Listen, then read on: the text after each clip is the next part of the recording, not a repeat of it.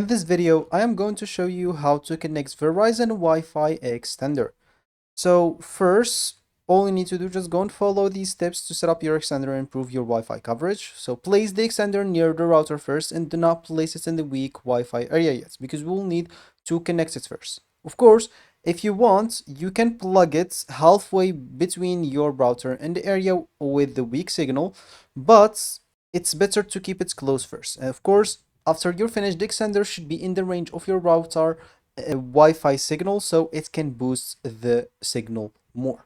So from now, once you plug it into the extender, you'd like to pair it or wait for the light, basically wait for the status light to turn solid white. This may take up to 2 minutes. Solid white means it is ready to be set up.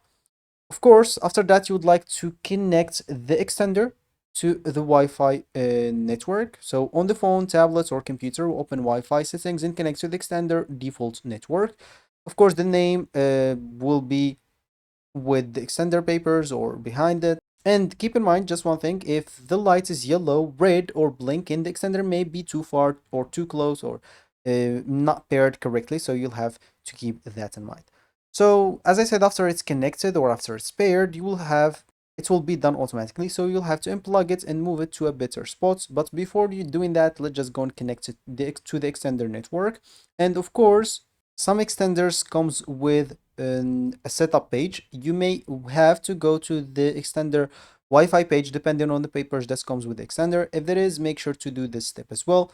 Then just go and select your existing Wi-Fi network, basically the one from your router from the list, and enter your Wi-Fi and password, and basically the extender should connect to the network, and this may take up again to 2 minutes. Once it's connected, the light will turn solid white again and you should be all set. Now you can just go and plug it out and put it wherever you want. Just a tip, if the light turns red, move the extender closer to the router and try again. A solid white means you have a good connection.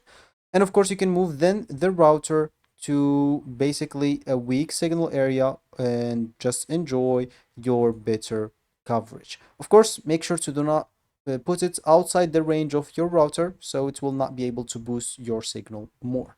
So now you can just go and test your Wi-Fi however you want, and it should be working correctly. So that should be it for me in this video. Thank you for watching and goodbye.